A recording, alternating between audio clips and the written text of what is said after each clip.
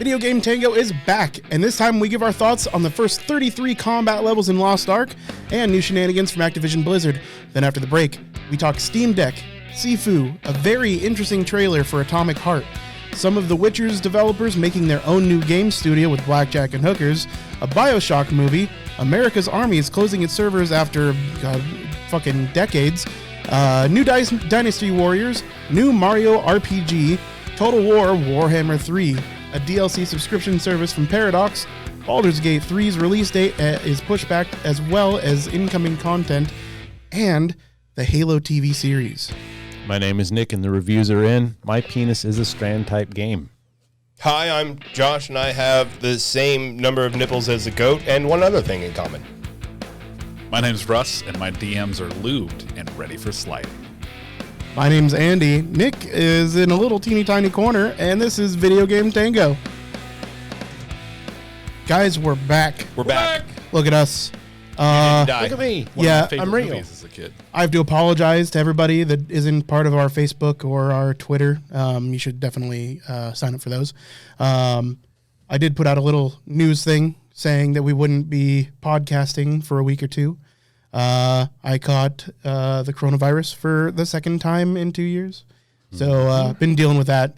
Still not quite, 100% yet, but, pending my voice makes it this podcast good enough to podcast. I keep secretly giving him the coronavirus. That's, Russ is over there, working with Umbrella Corp to make sure I stay down. But he can't keep me down. Video Game Tango is too strong. Third time's a charm. Too strong. Well, hopefully not. I'm done. I'm over it. So, 2 weeks has gone by, and of course, Activision Blizzard still exists. So, Kind of, sort of. well, definitely still. So they're trying to get one of the biggest suits with the DFEH thrown out because This is The with Department of Farm Animals. yeah, that one. I can't remember what it stands for. I read this a little while ago. But it's the California Labor Board. this is for their union. No, this is for the major lawsuit that they're under. This is the original one for the sexual harassment. Yeah, they're trying to get that thrown out of court because the DFEH is including people that were hired on as temp workers, and they're saying that they should be targeting the temp companies instead of Activision Blizzard because they hired them off to a potentially dangerous business. I mean, everyone knows you can't sexually harass a temporary worker. Yeah, you can't sexually harass a temporary worker. They're not real. They're not people. Yeah. So their defense is, well, admittedly, everybody knew how shitty of a fucking place this was and how dangerous of a place this was. So really, That they company should was sue the asking temp for it. agency. That is effectively their argument here, is that because the temp agency is involved you. in the hiring process, that this should be thrown out because They should get it was double punished. I was going to Yeah, say, no, right. no, exactly. I was just about to say that. It's like, you know what? We're going to double that fucking settlement now. all it That's is some lawyers. BS. It's just lawyer shit, trying everything they can do to get it thrown out of court, right? Gross. This is what you expect from a major company hiring major lawyers. It's par for the course, but it just goes to show that That's fucking icky. Shitty people are That's shitty. fucking icky. yeah, isn't it? Gross. That is the correct description of it. So, just wanted to throw that out real quick. That's really the only Blizzard Activision news there's been, other than, Thank God. there's been a few good things. Like they've roughly announced that Wrath of the Lich King Classic is going to be coming out either the end of this year or the beginning of next year. There was also in World of Warcraft news saying that they will be removing the faction split for queues for Raid Finder and for PvP. So it won't be faction specific anymore. So no huge announcements or anything like that. It's been relatively quiet in the Activision Blizzard verse, other than the fact that the FTC is looking into the acquisition before it can take place. So they are playing an active role. It's not set in stone. In the beginnings, you have to look at it and say, well, it's an acquisition. Sometimes these things don't happen. Sometimes there's actual monopoly busting that happens. And in this case, because it is Microsoft that's doing the acquisition, of course the FTC is going to get involved. They've been involved with every major acquisition from Microsoft. Since 1994. Since earlier than that. But yeah, Microsoft being as big as it is, they do attract the attention of the FTC. So it's possible the merger doesn't even happen, or the acquisition rather. But that's it for news as far as Activision Blizzard goes. Kind of the big news this last week were a couple major releases. One of which happens to be a new MMO called Lost Ark. Mm-hmm. Yes. And Where did it go? We don't know. We're trying to We're find not it. high enough level yet.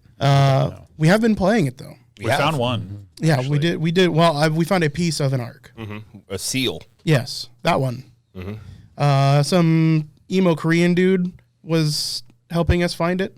Yeah. Yeah, Armin.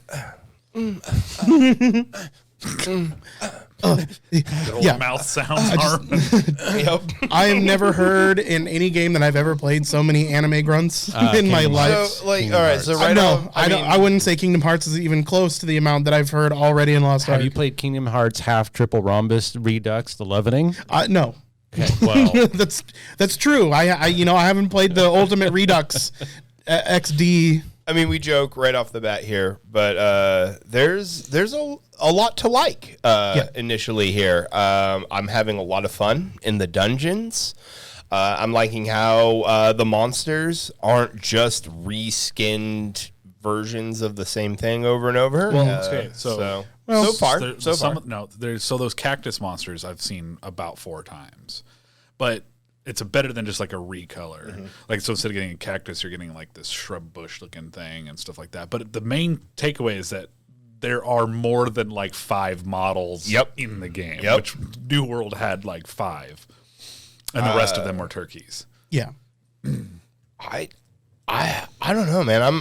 I'm enjoying it. I don't really know a crazy amount what's going on in the story because I had to power through to catch up a little bit in the first couple of days there. But real quick, remind me because I'll forget. I figured out why we have more hit points than they do. Oh, good. Cool. Yeah, That's good. Let's talk about that later. Oh yeah, no, that's one. It'll be good to have one mystery solved anyway.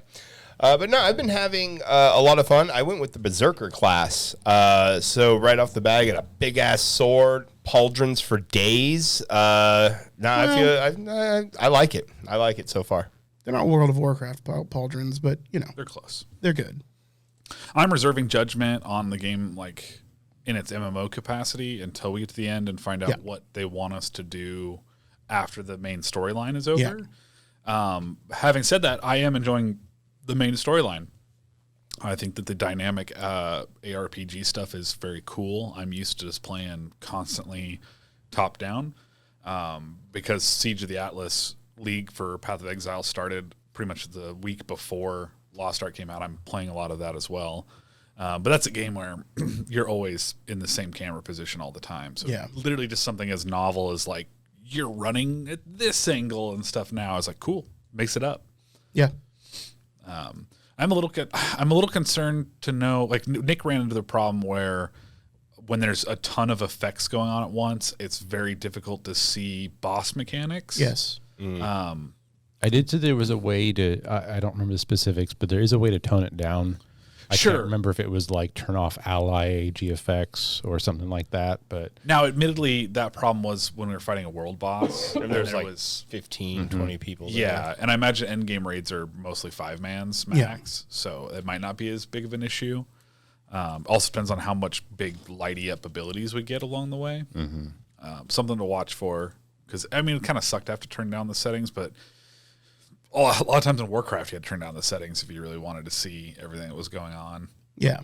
I never did because I played a ranged class for almost all of my World of Warcraft raiding. Sure. But yeah, being in the mix of things, it could definitely make it more difficult for sure. There's a lot of effects in that game. It might be an aspect too where we'll have to turn up the game sounds because there might be audio cues that we could watch or listen for. There are, but what I've noticed is a lot of it is enemy dependent. I don't know if there will be any given cues, like consistent like audio cues in like raiding or late game dungeoneering. I need me a bone storm. That's what I need. Exactly, like a clear bone storm would be nice. But Russ, what are you playing? I'm playing a Gun Lancer, which is also, like Josh, is a warrior prestige class. Instead of a giant fucking sword, I have a giant fucking lance gun. A field artillery piece that you carry around with you. Which is fucking dope. It's fucking cool. It's shit. also a gun, is one of my favorite things to say. It's true. Gun Lancer sounds like a phlebotomist with a felony. Yes. I'm playing the Sorceress. This is my second playthrough to where we're at now. I did play the game in the early stages because I paid $15 to jump in 3 days before the free-to-play launch. Unfortunately, on the day of the free-to-play launch, they did lock down that server to new character creations. These guys couldn't join me on that server. Not that it matters too much. I was going to ultimately re-roll so I could level with these guys, but it just kind of sucks that I lost all that character progression, essentially. Did you? Because I'm never going to go back to it. Yeah, I did. Yeah, so my first one was a Sorceress. I got to level 33. I checked that the other day. We're currently level 33. I'm also playing a Sorceress this run through. I did change things a little bit in the skill selection that I took. I like what I'm doing better now than I was doing on the previous character. But I think a lot of that has to do with just experience. I've doubled my experience in the game at this point now. So I think I feel like I've made better decisions playing through. I like being able to retool the skills at will. I think that's a neat function. What's crazier is that you can have 10. If I read the screen correctly when we're playing, you can have 10 different presets of your abilities. Yeah. That's pretty dope. They cost gold to unlock anything past the second one, but yeah. But that's still available to you. Nick, what are you playing? I currently play a bard. I spent 20 minutes thinking about the name, and I settled on Bardlet because all the Jack Black puns were taken. I have quite a bit to say about the game. So before I start ranting, is there anything else that really caught your guys' attention or really irritates you? So this is I'm not super experienced in the MMOs. New World was kind of your first MMO. New World was my first big foray. How many action RPGs have you done, like Diablo style? You've done you did I've played Darkest Dungeon. Yeah, I played Darkest Dungeon. I played Diablo 2. Not Darkest Dungeon. I'm thinking of a Dragon Age is I parallel. was gonna say I played Dragon Age. I played Mass Effect. But no. So yeah, it's my first. I play a few action RPGs. I played Skyrim. I played most of the Elder Scrolls games. Those aren't action RPGs. Oh, okay. Are those just RPGs? Yeah. Okay. Also, I wasn't thinking Darkest Dungeon. I was thinking Torchlight. Torchlight was a Diablo clone. I don't think you ever played that because I was PC. No, I played some Diablo. So you're not unfamiliar to the genre. I got that. I'm not completely new to it. Sure. I was gonna trying to figure what ARPGs he might have played. The only game that I can think of is that fucking D&D game from back in the day on the original Xbox. That was a Gauntlet clone. Yeah. Oh yeah. I played that. D&D Heroes. D&D Heroes. Yeah. But I've been having a good time with it. It's there is some ooh feels to it a lot. So every lady's a busty gal. Yeah, that's true. There isn't a cup size below triple G. No, they're all biggins. Yeah. So I felt like there's Biggins the name of the porn magazine that Al Bundy loves, Married with Children. I don't know. It might be. It's been a while since I've seen that show. I think it is. So I guess my main question, does this fit in with other Asian RPGs? A lot of them. A lot of them? Is it right in there? Okay. Something that I've tried to find a way to explain to other people before is we are all aware on a surface level that other countries have deep-rooted cultural ideas about very singular things. We think about how Americans treat hamburgers, and you think about the way Indian or Asian people treat rice. That there's so many cultural things about hamburgers or about rice that we might not be familiar with things that are super common with the way people eat rice over in Thailand or India, right? Mm-hmm. But we know that they have those things. I've grown up alongside Andy playing a lot of Asian multiplayer games. We've played Gunbound and RuneScape, and Ragnarok Online, Maple Story and Ragnarok Online, and all the games on Conga, get the Flash games and whatnot in that era. And I've kind of seen through a filter the evolution of what a quote unquote Asian MMO looks like. And to that extent, excuse me, Lost Ark doesn't do anything new. That's not a bad thing, because doing something new isn't necessarily good. What it does do so far is pretty good. But I'm immediately seeing the bones of Asian MMO, plus a little bit of predatory development and style that I'm not a fan of. So Sure. It can't really be helped, but this feels like a really, really, really good phone game MMO. I mean, because there's not much to compare it to. But one example I have, just to hammer home the point right off the top of my head, I tried to make a list quickly of the resources and currencies available to you. Good luck. Silver, gold, crystals, fions, royal crystals, rift shards, pirate coins, seal mail, bloodstones, carnelians, providence stones, courage tokens, 3 types of estate orders, 3 different other types of shards, 5 different types of voyage coins, and 3 different types of seals. And then it continues. So there are. I can tell you, having gotten a sneak peek of the end game and the rating currencies that happen later, there's a lot more. Yeah, those are just to the point where base there's currencies. Yeah, to a point where there is. It's probably going to be handy knowledge to know what exchange rates are for many of the currencies. And that, I think, is a combination of the way that gaming cultural practices happen in Asian MMOs, combined with the kind of predatory design that comes along with freemium games. Yeah. Part of it is a point to cause confusion. If you don't fully grok and understand what you have available to you, it's easier for you to make rash decisions.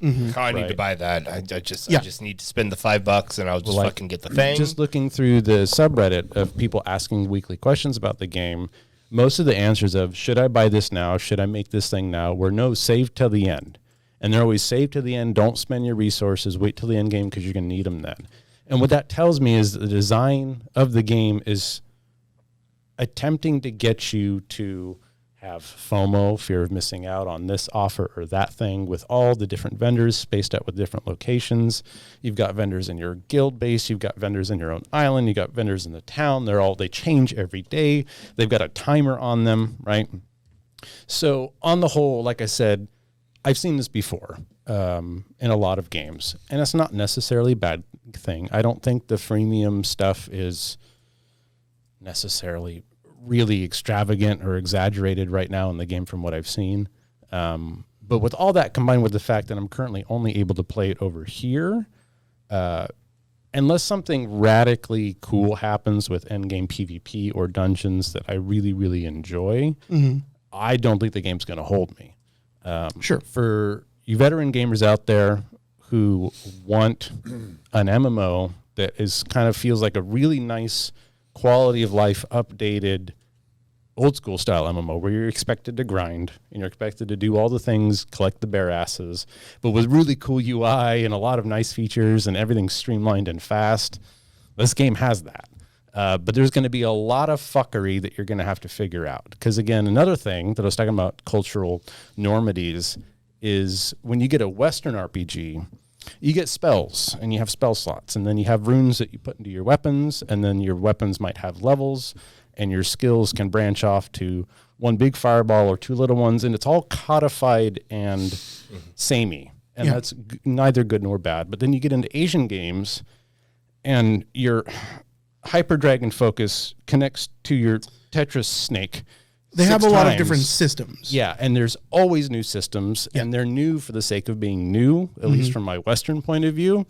And I don't like not being able to feel like I have a grasp on things. Yeah. When, like, they give me a tutorial for something, and I go through the tutorial, and I have no idea what's going on, it's a big turnoff for me.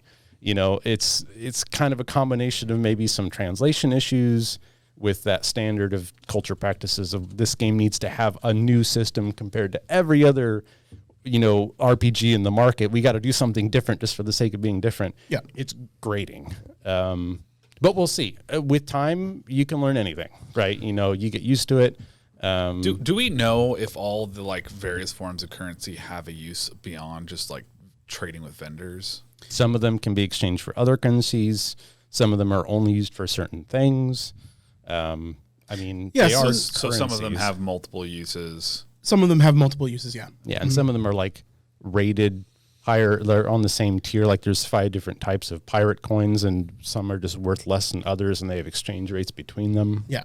I mean, this stuff to me isn't like unusual in any sort of ARPG, just because like I play a lot of Path of Exile, and when it comes to currencies in that game, it's Path of Exile is an extremely unique economy. I mean, is it? It is. There is no money.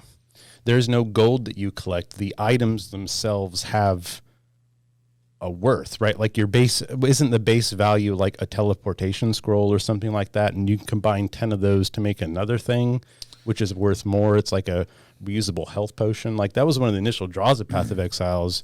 They knew about the problems with gold in Diablo 2, where people had to start using, runes and stones of Jordan as currencies because the actual in-game gold was worth so little that they had to use magic items as like a base unit of value. Yeah, so the way it works in Path of Exile is like there's a lot of stuff that happens in like the campaign stuff, but like Path of Exile starts in the end game, which means there's a big variance between how you're playing Path of Exile. If you're playing in the trade league, which is standard league, then you can trade items and stuff. There's a trade website to go through.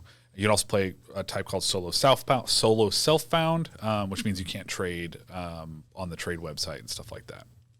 But yes, the base, like that's why I asked, do these items have other uses? Because realistically, everything that's used as currency in Path of Exile has a function. It does a thing. Yeah, they're like non-fiat currencies. So you're essentially asking like how many of the currencies in Lost Ark are fiat currencies? They have value because we say they have value. Yeah.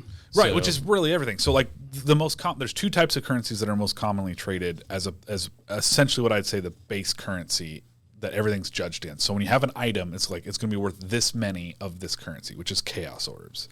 A certain amount of chaos orbs This is are Path worth. of Exile you're talking about. Yeah, a certain amount of chaos orbs will be worth an exalted orb, and those are the 2 primary like forms of gauging value on an item. Is either how many chaos it's worth or how many exalted orbs. Can those it's orbs worth. do things? That's the thing. So a chaos orb can re-roll modifiers on rare items, and an exalted orb can do that better and more. I think it does. It's I mean, besides the Phoenix Downs, whatever they're called in Lost Ark, I don't think any of the currencies, and I think the Phoenix Revive things, they're listed as a currency, but I think their only use is for reviving you. Yeah, I think so. That's yet again another thing they say in all the guides, like you get a lot of them throughout leveling up, but at end game you get very, very little of them.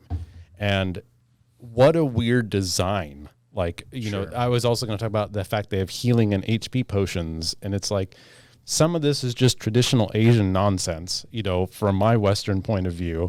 It's like, okay, this is how they kind of do things over there, and, you know, they're used to it. But to me, it just reeks of shoddy game design, right? You know, a little bit of weird, bad game design combined with them wanting to make you spend money because it's a free-to-play MMO.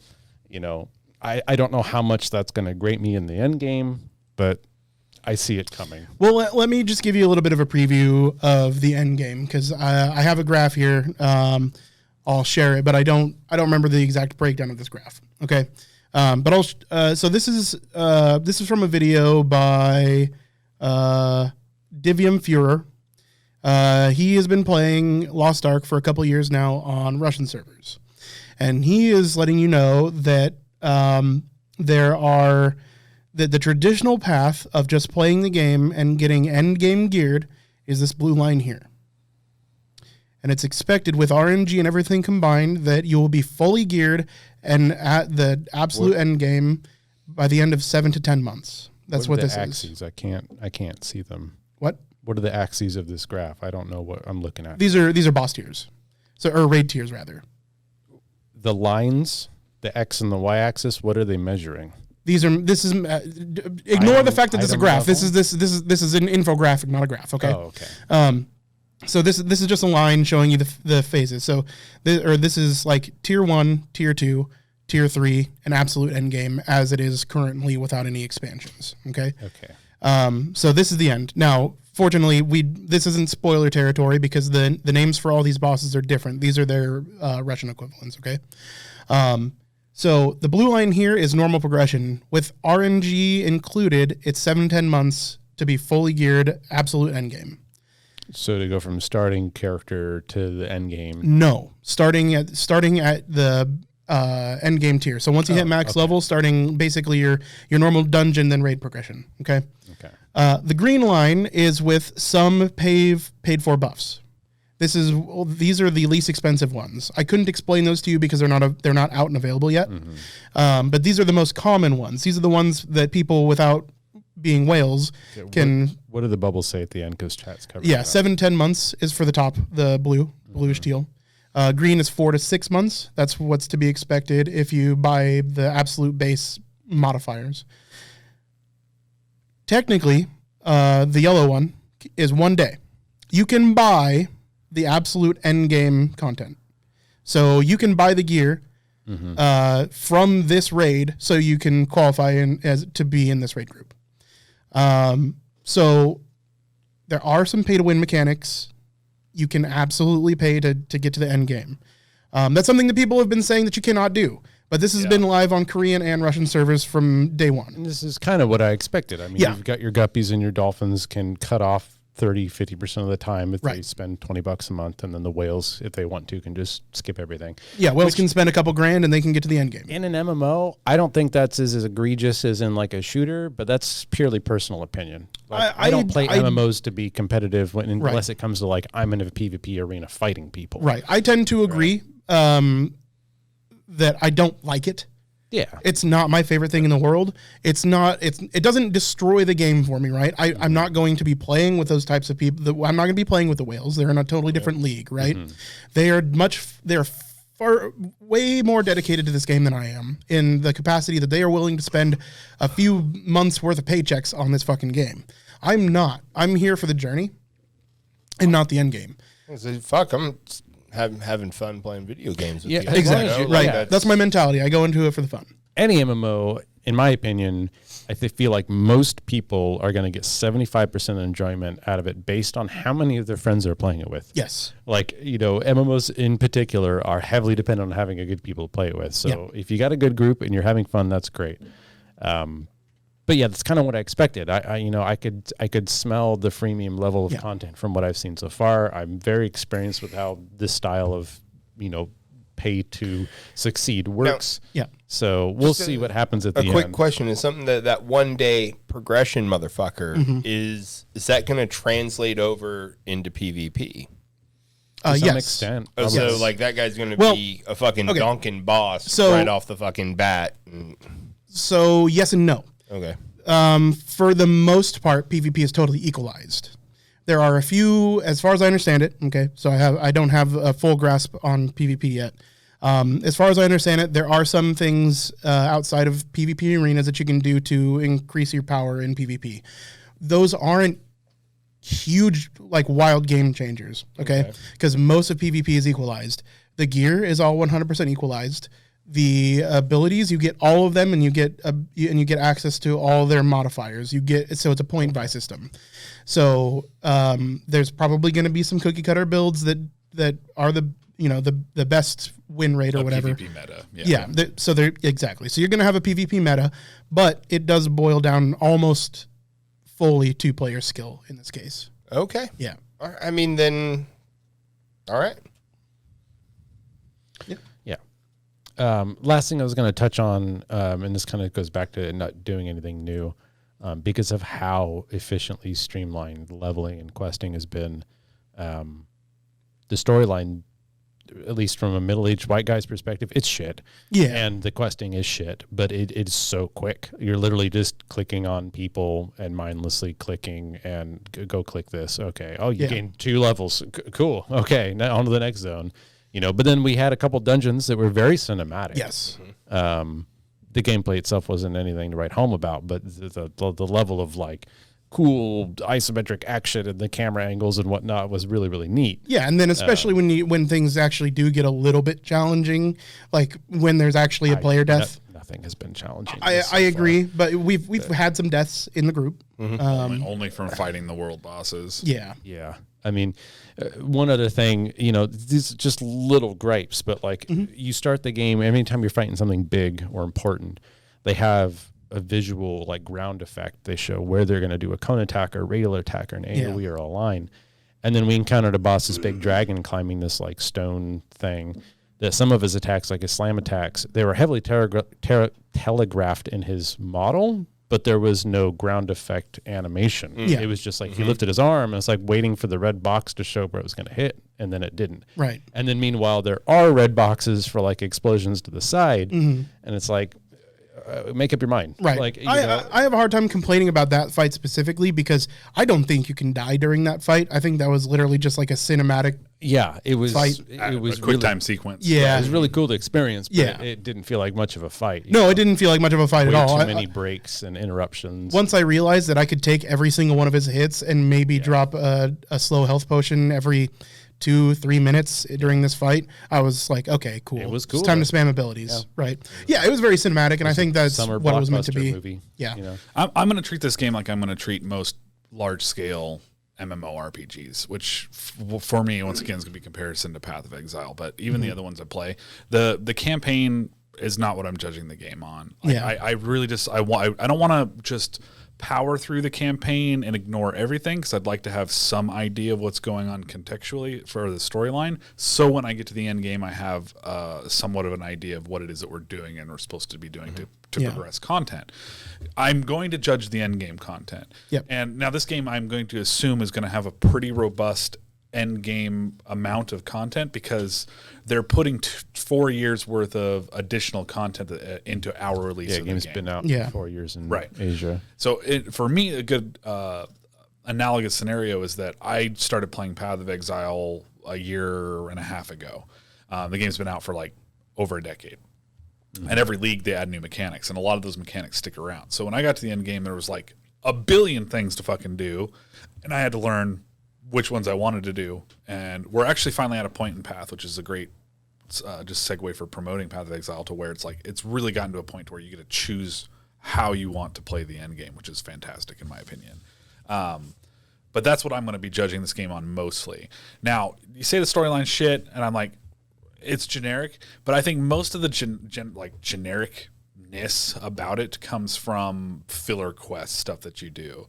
Like, honestly, at the end of the day, like, main storyline wise, I think they're doing fine. It's a fantasy game. Yeah, it's fine. My problem is a feedback loop. The UI and the questing is so fast and streamlined that I literally have skipped. I spam G. I haven't read like a single full paragraph in that game since I started playing. So let me ask you this. Was World of Warcraft's questing system in Vanilla WoW good or bad? When it came out, it was revolutionary, and it blew my mind out my asshole, because I got to play what I felt was like a D&D version of Warcraft in a real, fully realized world with these living, breathing characters and something I never experienced. And lots of Chuck Norris jokes. And now you go back to it, and it's old hat, right? But that's the problem is it was one of the first, second wave of MMOs, not counting EverQuest and whatnot in the original. But at the time, the idea that like I could, go into a 5-man dungeon and fight this pirate ship, like this was D&D shit that I hadn't ever seen in a game before, other than like Baldur's Gate, which was D&D. So at the time, yeah, absolutely. I mean, now I don't really know as much, but when I reflect on Warcraft, and I would admittedly say I don't have as much of attachment to the lore at the time. Warcraft's what made me attached to it. Growing up. Sure. But I'd also say that it's rose-colored glasses for the far as like 90% of the questing you do leveling up is generic, worthless trash. I don't think that this is the example I'd use is when they allowed the user UI add-ons to be able to like stop quests from slow scrolling to reading and stuff, so you could just have a quest pop up and then go do it. All of us converted over to that instantly. Oh yeah. We also didn't really grok that was an option. Like, it wasn't originally. Yeah, they added it. It never occurred to me to be irritated by it, because it wasn't I never consciously thought about the fact that it was an option that I could do. So I think about like, imagine the first racing game that ever came out compared to like Pac-Man or something. Like, wow, I have a car and I can turn left and right on a road, and I've never seen this in a video game before. And then you look back on it 10 years later and like, God, that game was fucking horrible. But at the time, you didn't know any better. You know, it's like graphics in the 90s. You know, you look at old CGI. I feel no. You I'm saying it's not nostalgia. I'm saying at the time, Warcraft was amazing. Right. But what I'm also saying is that you're talking about your investment into Warcraft and how thoroughly enjoy it was to be put into that world. Not necessarily. So I think finish. Okay. Yeah. And then as soon as they allowed you a way to expedite the leveling experience process, we all took it. Like it wasn't because I had already been playing for like a year. Like I had gotten my fill of what was initially offered. Does that make sense? It wasn't that long though. It wasn't like a year into playing Warcraft that you're able to fast track quests. I couldn't tell you. I don't have a good enough memory. But what I knew is that when I first experienced Warcraft, those first couple months were magic. Like I had never played a game like that, and it just blew my mind. And I'm not trying to just talk that down at all. I'm just saying like generic questing in an MMO is just something that nobody's really gotten a way to get you invested in the leveling process because everyone wants to try to get to the end of the game. Yeah. And then start doing other stuff. That's just a problem with MMO, old MMO. I think that's a problem with MMOs. Need to get rid of generic questing. I think it's a problem with MMOs now. It's I have to disagree with you from my personal experience. I read even after, so the only problem that I had with the slow quest text scroll was I read faster than it. So when the automatic quest fill out came out, like when that became a part of the base UI, I turned that on so I could read a lot faster. I read all of the quests in World of Warcraft Classic unless we were grouped and we were trying to get something done. And I did that all the way through the Burning Crusade. So my knowledge of World of Warcraft in vanilla was like ridiculous. I knew a bunch of the NPC names. Like I could tell you, go turn it in at this guy at Lights Hope Chapel by name because I'd gone to that guy like 5 or 6 times during the questing phase. And I had a bunch of those, like a bunch of NPC names memorized simply because they were quest givers. And I'd been doing, all of the Arthas-based quests and getting Arthas Hammer in Eastern Plaguelands, right, where you were recovering corpses and stuff like that. I could name some of the corpses back then too, just in a simple quest line. So I can't like when you say that that's a problem of all MMOs. Yes, it is, but I think a lot of that has to do with the fact that MMOs as a genre now are old hat.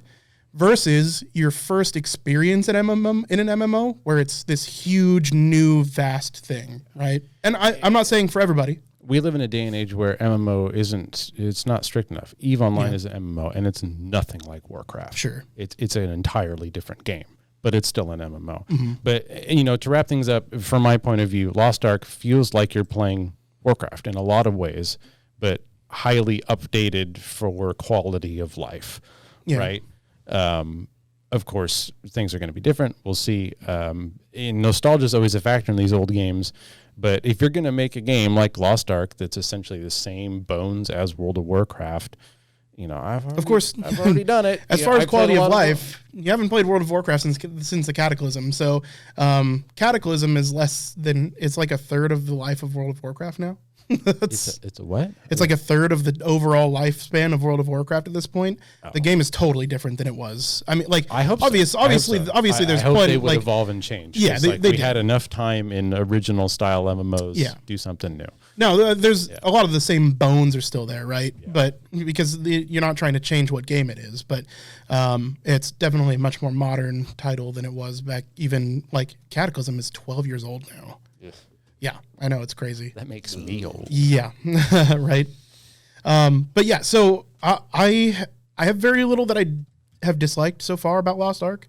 At first I was lukewarm on it because I was like, well, this is an ARPG, but I've played better ARPGs, right? Mm. But the big difference was getting a few buds in and playing it all together. And then what I felt was kind of a slog in the questing has been fun because it's it's a great excuse to shoot the shit with you guys for a few hours at a time and gain some levels. Definitely. Yeah. The older I get, the more I enjoy playing games with friends. Yeah. It becomes more important of a factor. For sure. Yep. Yeah. So You got something to add over here, homie? What's that? You got something to add? Any other words on Lost Ark? Oh yeah, before we go to break? still have a few minutes if you want to talk some more about Lost Ark. Yeah. Felt like Yes. you were noodling on No, something yeah, there. there's a lot to unpack there. There's a lot. I think there's a lot of good points were hit on, and I think what my main takeaway is it has been a long time since there's been an MMO where you truly cared about the content during the leveling process. Yeah. Warcraft had that in both for the fact that it was new and it had a great lore that it was pulling from. There's an attachment there and stuff. And admittedly, like, there was a lot of enjoyable things to do in the process to leveling up. It also took a substantial amount of time. Yeah, like, yo, it was yeah. like it wasn't just like people can get to max level in Lost Ark in a day. Yeah. Pay for it or don't pay for it or whatever. It's like 15, 20 hours of grinding you get to the end of the game. So I think there's really something said about experiencing the content. And I don't want to keep harping on Path of Exile, but it is the other big game that I play all the time. I don't give a shit about the campaign in Path of Exile. I fucking hate it. It's fucking stupid. And a lot of that is not because I just hate campaigns and leveling. It's that it's boring. You do it every 3 months. Every time you roll a new character, you run through it. It's not engaging. The developers themselves adamantly think that their campaign's fantastic and want you to keep playing through it, which is extremely frustrating. Right. If you're listening, developers, I've tried Path of Exile 3 times and I make it 2.5 hours in and I quit. Yeah, it's fix your campaign. It's stupid. At the very least, I'm content running the campaign once every 3 months for the league start. Fine, whatever. But then let me have a fast pass, like Lost Ark will do, to make new characters that can be expedited to the end game. Yeah. Give them a hero class, right? Like Death Knights in Wrath of the Lich King. You didn't hit max level right away, but you were way fucking closer. It was only 15 levels to max level, or 25 levels to max level. Yeah, so I think the problem is, not having MMOs that have a content leveling progression that you're interested in and invested in is obviously a problem. But realistically, it is almost just a mindset that is locked into everybody for all MMOs. If you know that the end game is where you want to be, because that's when the real game starts and the real challenges start, then everybody's going to go into that not caring about the content to get there. It's just going to be a race to get to that end game content. And realistically, that's a problem. We have to somehow, and I don't have an answer at all. I do, and this is going to open up a whole nother can of worms, which you don't have time for, but a lot, if you like Japanese storytelling, Final Fantasy 14 does everything you're talking about. Really? Okay. Final Fantasy 14 is a fantastic new idea and take on the MMO if you can handle how Japanese it is, which I can't, my brother can. But it is story based. It's like playing a Final Fantasy game, and every Wrath of the Lich King or Burning Crusade is a whole new storyline, and it's really important to the game. It's a one-off thing. That's the only MMO I can pull out of my ass that I know of that. But they also have story 40 years of content to pull from. Like when you hear the name Alexander in Final Fantasy, that fucking means some shit. So.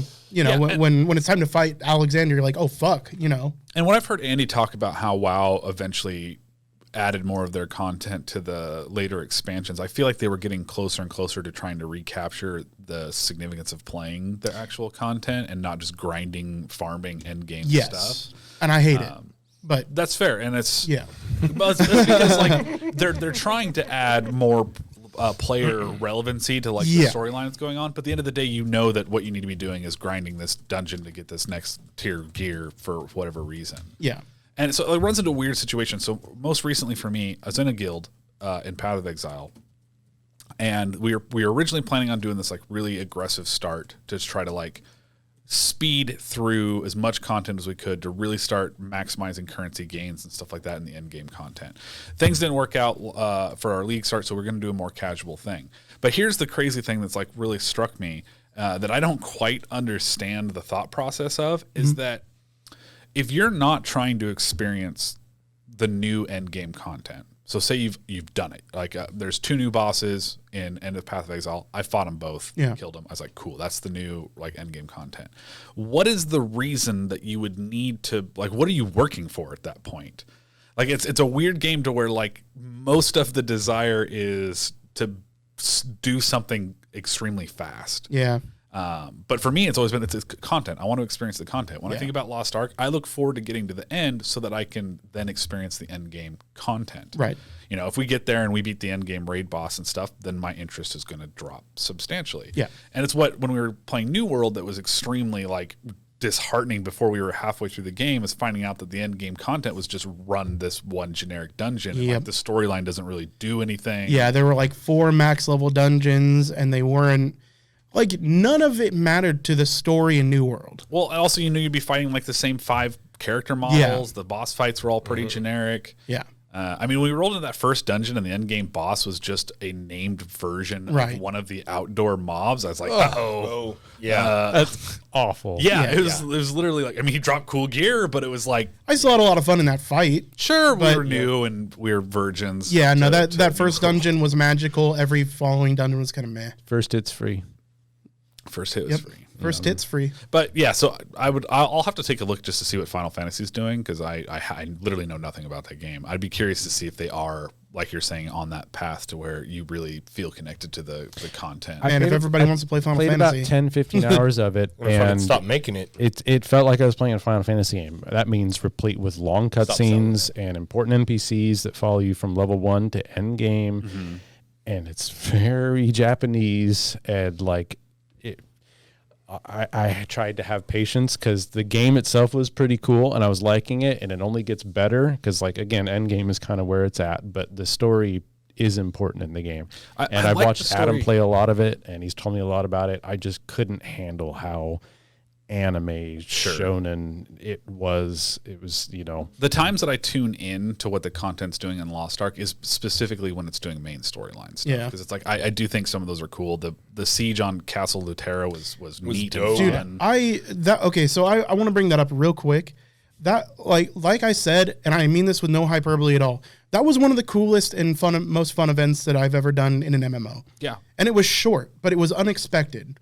So it was, I love mass combat, and that gave it to me. Like, I was just mowing through like hundreds of dudes. Yeah, pretty dope. Yeah, and it did some cool things that we hadn't really seen up to that point. Honestly, Diablo 3 and Diablo 2 both did an attack on the wall thing. I know. It wasn't really that different. But I said in an MMO.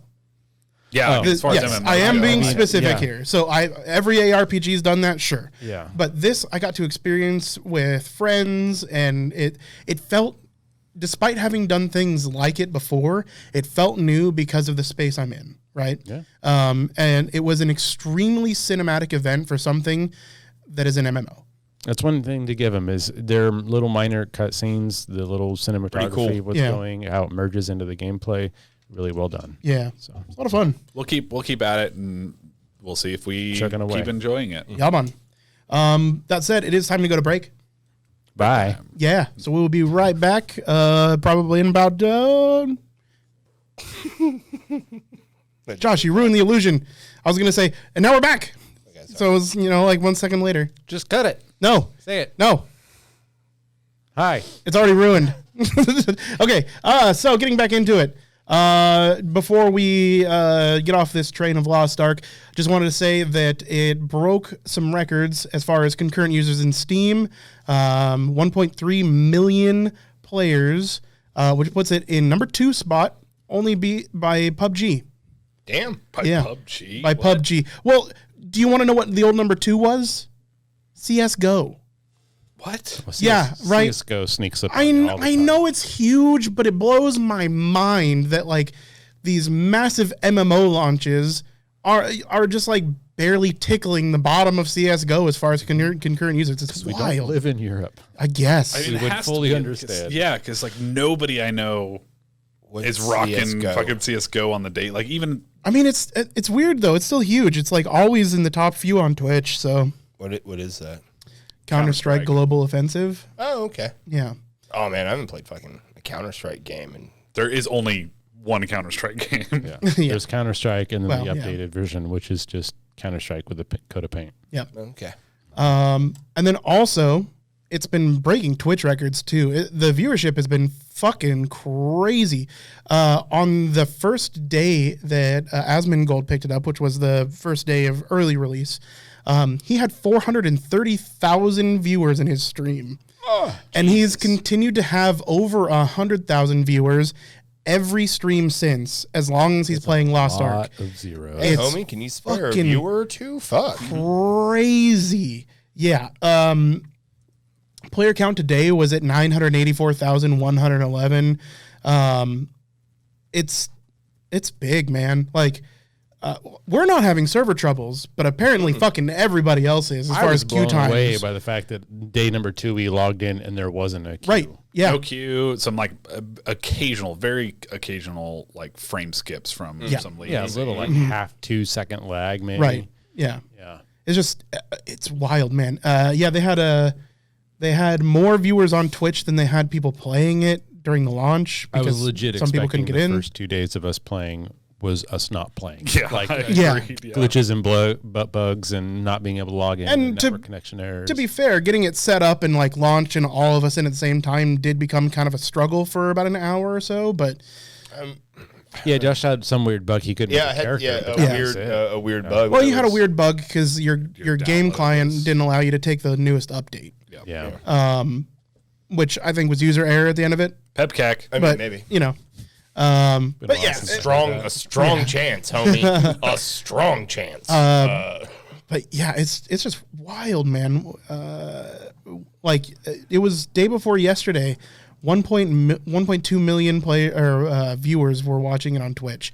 About half of those in Asmongold stream. It's fucking crazy. I mean, it's such a popular game that people are blowing its rating because they can't get into play. They're like, well, I can't get into play, so fuck this game. Maybe think fewer people will play, and then I can finally get in. it's a little bit fucked up to review bomb a free game that you can't get into just on its launch week. I don't know about that, but yeah. Anybody that jumps on a review bomb. shit. Same people made Lost Ark, made Crossfire. You guys remember Crossfire? Yeah, don't get caught in it. Not the board game. Not that. The Korean shooter. Yeah. Which happens to be the biggest shooter worldwide. Oh, Largest. I played Artist. Crossfire. Yeah. Okay. Well, that's weird. Nobody plays Crossfire in the States. I'm thinking of War Rock. Very similar, but not Yes. Crossfire. Similar but different. Same but different. War Rock. A rock planet that is just for wars. I mean, that'd be smart. If you had to go to war with somebody, it's like, you got to do it on the War Rock. Like, if you're going to fight someone. Settle our disagreements on the War Rock. Yep. That way you don't fucking nuke your home planet. It's just smart. All fighting on the War Rock. Have you guys been following the Steam Deck news? God, no. I am for it, A little so bit. no. I read a little bit of a makes me thing on sad. it today. Replacement parts are going to be available. 150 yeah. new games added to the list. And replacement parts are going to be available through iFixit, which I love. Wow. Yeah. I've been using You Fix That. Oh, that's where you you're fucking up. Jeez. Yeah, Fucking pleb. noob. But yeah, it's going to be boomer. available through iFixit. So they're actually using iFixit as their effectively their warehouse, which is awesome because those are at the front of the right to repair movement, which I love. Also, so one of the issues a lot of people had with the lowest priced version of the Steam Deck was that it only had 256 gigabytes of storage, right? Which is pretty low, especially when you're looking at some of these games, having like 70, 80 gig downloads and installs, right? Yeah, Lost Ark was like 74. Yeah. So, after that patch, it's like 70 something.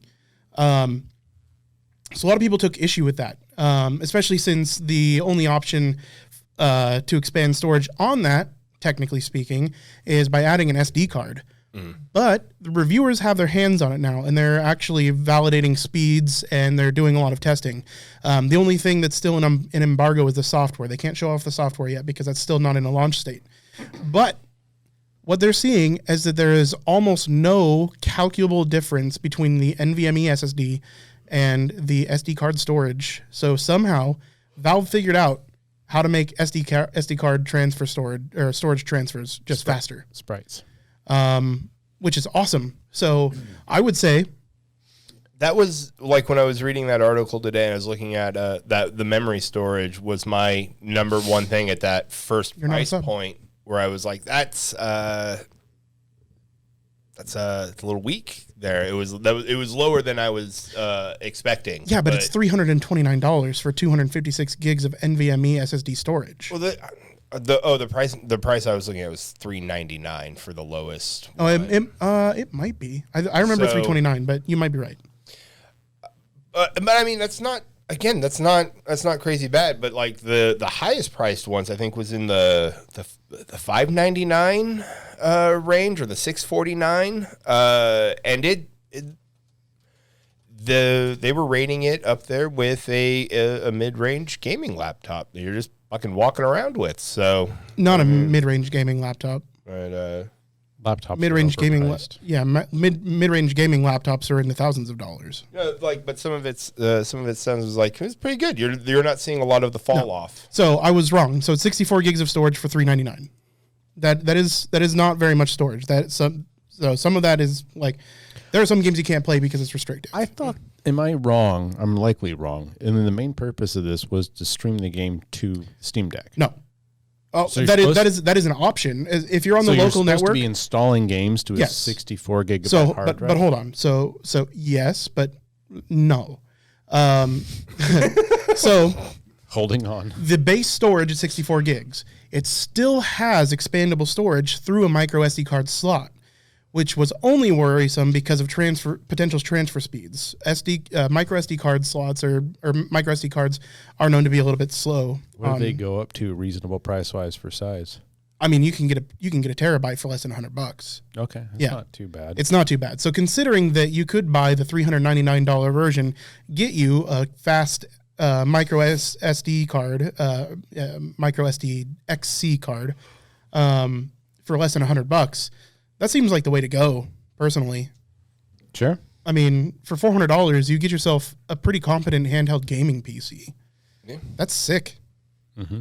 And the fact that it's user serviceable. Like if you get fucking Joy-Con drift in your Steam Deck, you're supposed to be able to replace the controls easily. I really can't overstate how proud I am of the idea of letting the end user repair their shit, because although that should be the fucking standard, it's not, because of repair bullshit.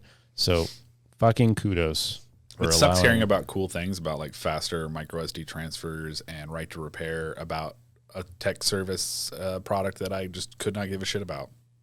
Yeah, I'm probably never gonna own one. It's just out of my budget. I probably will, and I probably will not use it. Because that's exactly what happens when I buy a handheld every single fucking time. Then I will borrow it from you. Perfect. I have a Switch if you want it. Okay. Because you know what I've done? I've played like probably 15 hours worth of Zelda, and I could play some Zelda. That'd be fun. Have I done? I did some of the Nintendo Online emulator bullshit, and that's like it. I've played almost as much Mega Man X on that as I have an actual Switch title. So that's what happens when I buy mobile consoles, or really fucking consoles for that matter. I'm a PC gamer. I'm a PC boy, but it is a mobile PC gaming device. Which you are an early adopter. You've always been. I'm not. Whole life. You are. I'm not. You are. No. Yes. I'm wrong. That Gen 1 Xbox begs to differ. So no. So hold on. Before you say Gen 1 Xbox, tell me the last time I got into a console early. Switch. No, I bought a Switch last year. Okay, that's a 4-year-old console that I bought. I'm not just talking about consoles. You buy hardware and get excited about them. I get excited about hardware. I don't buy it on release. I got, my Ryzen 7 3700X, which is an excellent processor, right? I bought that after the next generation of processor launched. You know the last time I bought a processor was? I don't. Yeah. No. I'm not saying like you are in that very first wave of like Apple fan, like not we're going to buy it day That's one. what early adoption is. But you are much more of an early adopter than we are. Okay. And it's not a bad or a good thing. You're right about that. Yeah. I would not call myself an early adopter. And it has pros and Gen 1 Xbox One, It wasn't. It's a Generation 1 Xbox One, but it was over a year after the initial launch of the Xbox One that I bought this. This is the Gears of War version of the Xbox One. So I didn't buy this until Gears 4 came out. I could honestly say that we might all be substantially more early adopters than Andy if we had more disposable income to buy shit with. Yes. I think all of you would adopt stuff more frequently. Honestly, the older I get, like I buy a phone about every 5 years. Yeah. If that. Some of my phones, like it was almost a decade before I bought a new one. Oh, yeah. And it's because the older I get to the point where once I like grok the machinery, the hardware, I know how it works, I use it until it doesn't work anymore. Yeah. Like I do not feel a need to go get something new. If I now know how this works and it's still working, I don't care if it's like slow or not working in certain ways. If it does what I want it to, I'm going to use it and run it into the fucking ground. Mm-hmm. And like I haven't built, even if I had the money at times. I never built a brand new spanking computer. I haven't had a brand new spanking computer. Nick's way too frugal for this. I'm the opposite. Yeah. I would have bought an Xbox Series X day one had I the disposable income to do so. I haven't bought a console since the Wii. Just gonna throw that out there. I mean, I've bought several consoles since I bought like 6 Wiis, but that's a whole other fucking story. I mean, if I had enough money, like I didn't have to really worry about money, I'd probably early adopt everything. It's new. I want to try it out. Yeah, I would too. As far as like the trusted technologies, the new console. Yes, I would absolutely buy day one consoles if I played them. But instead, I wait for them to come down in price. Typically, usually on their first, maybe second price drop is usually when I pick up new tech. And games for that matter. Like it's not terribly common that I pick up a brand new game at full price on or around the launch date. I typically do wait till reviews come out. You do a lot of reviews. Well, yeah, and that's the thing. It's like, while I may want to keep up on the game, the title, watch the gameplay, see player reactions to it, and read news on new and important titles, I don't necessarily want to waste my money on them. I don't know. I think the mobile aspect of it's kind of neat because it might be able to reignite that once fabled thing that people used to do, the LAN party. What I think that would be so cool. That would actually be fucking awesome, and I love that. I'm also pretty sure this has video out, so if you wanted to play it on a larger screen, you also could. I was reading that. Yeah, so like, I mean, I don't know. I think it's fucking awesome. Andy owns a Switch. Why the fuck have we not had a night where we fucking play some like Mario Smash Bros. Party or Smash Bros or something? I don't know. Because we're Switch. That's enough switches and controllers that should happen. Yeah, disabled developmentally way. What? We're developmentally disabled and just think of it. Yeah. The PC way of saying that we're fucking retarded. I mean, we've thought about it. I mean, I don't know. Well, fuck. We've talked about it before, but we just never pulled that fucking trigger. I remember at one point trying to convince going over to Colin and Alex's house to take advantage of their Switch ownership to play like Mario Kart or Smash Bros. Or Mario Party. But never was there a discussion, I think, about doing that here. No, we definitely did. Like when I bought the Wii or when I bought the Switch. In your own head about it. No, that was you. Did not invite anybody else to that conversation. No, that was you and me.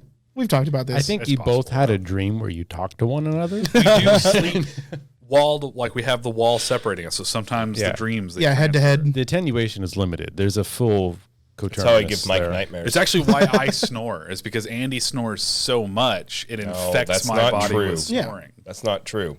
Your balls cover your butthole and you go into vapor lock. That's exactly what happens. There's no throughput. Was that from the radio show where the woman was talking about? Is that what you're talking about? Oh, that's actually just an old joke. That, which a husband told his wife and got on the thing that you're talking about, Nick. Gotcha. Okay.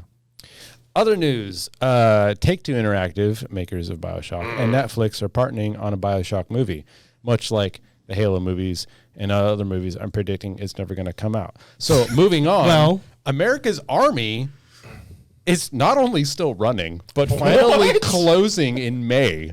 Like, I don't know, there's nothing to talk about here, but just the fact that America's Army servers have still been going since 2002, 2003. I have a coworker that still plays America's Army. I'm not surprised. I mean, it was like all funded through the America's Army, so as long as they get money for it, why not just keep it running, right? Yeah. I forget that, like, it's the normal Call of Duty cycle and Battlefield cycle doesn't apply to the American Army because they have 9 gazillion dollars. Exactly. So, but it was never a money making tool. It was a recruitment tool. Yeah. And who cares if they keep the servers open?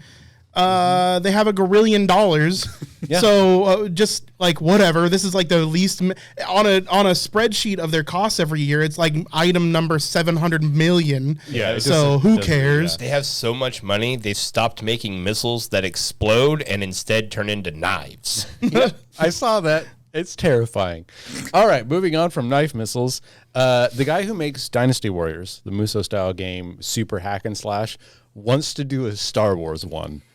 That doesn't mean it's going to happen. That's a fantastic fucking idea. I need to see it.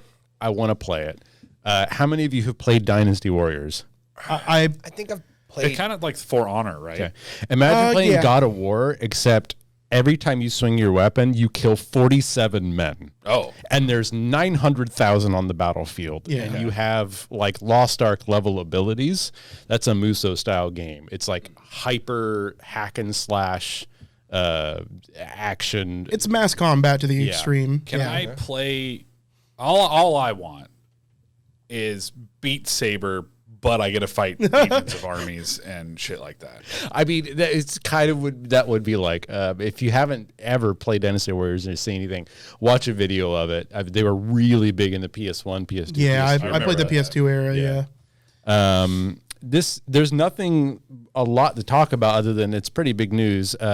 Former guy from Witcher 3 dev and a handful of people have branched off to make their own company, Rebel Wolves. They're going to make a dark RPG. I don't know what that means. Some AAA RPG saga. So look forward in the next 3 to 5 years. Something similar to Witcher 3 from a new studio. I'm going to put this out there because you brought up Witcher, and I'm a big Witcher fan. Love the show. Love the video games. Started off liking the book, so I just want to put it out there. The books suck. You finally came to that. I've read too much fantasy that is way better written. Sure. Better stories and stuff like that. It's not good. The ending is also bad. Like Do you think some of it could be just being lost in translation, so to speak? I wonder if some of it is, but I don't think enough of it is to discount the fact that it's a bad story. Yeah. Like literally the TV show, the Netflix series, is more interesting than the books are. I mean, that's Well, show's pretty to be fucking fair, the interesting. Netflix show is fucking awesome. And also, it turns out that the Netflix show is doing shit that's not even remotely in the books. Yeah. Like, you guys Maybe all for the watched best. it? Or have you watched it? Oh, yeah. Yeah, like all the crystalline tower shit with Siri and them being gateways to other worlds. But none of that's in the book. Cool. That's not in the book. There is some really neat stuff that is in the books, don't get me wrong, but it's all held together by what I would consider bad writing. And it's not bad writing on the level of like sort of truth shit On the level of Boba Fett. or on the level of Boba Fett. Like it's not horrible. I've read substantially worse stuff, and I'm Yeah. going to bring up Sword of Shannara again because dear Lord, I fucking hate that book series. I'd really rather we didn't even just mention it. Yeah, like I don't like somewhere he's getting $1 for that or something, and it makes me sad inside. But It's okay. I'll play an ad to level it out. good. Okay, we'll get some of that karma money back. Yeah.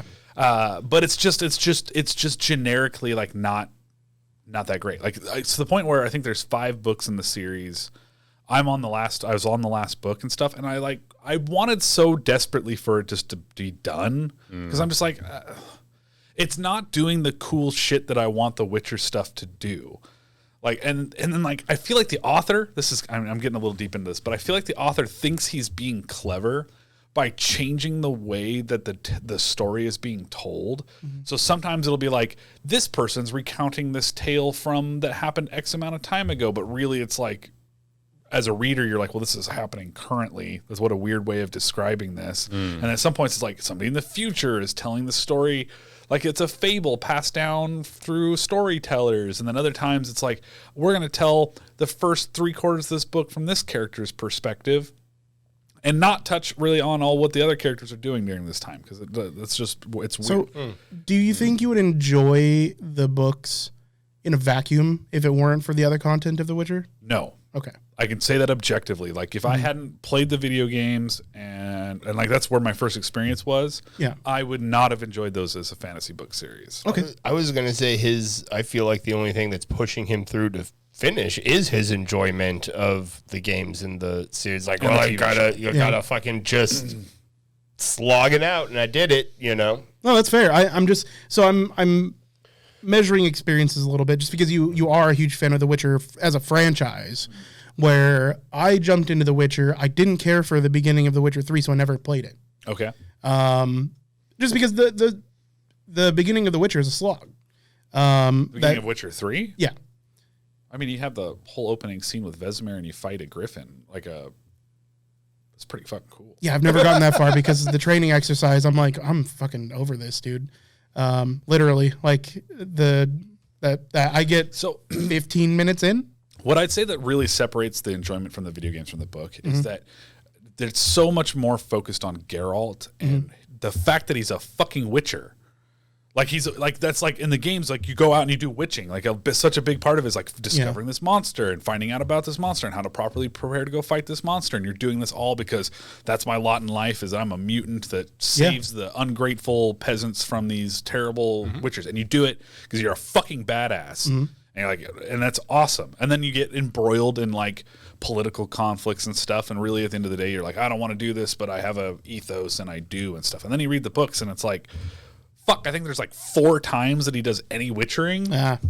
Like, it's just like, God damn it, dude. Like, someone's paying you to do this shit. Do it. Like, he spends almost no time in Kaer Morhen. It's pretty much Kaer Morhen stuff is in like one book. And Kaer Morhen and meeting like the other witchers and Vesemir and stuff was awesome. So like all the stuff they did in the TV show is just, it was so much better. Like seeing the other witchers there and them discussing like the witcher life. Was great. Yeah, because I fucking love the show. Yeah. The show I am watching in a vacuum. My most exposure to The Witcher outside of the show is you talking about The Witcher. Okay, that's fair. Yeah. And you get to the books. So the books themselves are like, it's really a story about Ciri.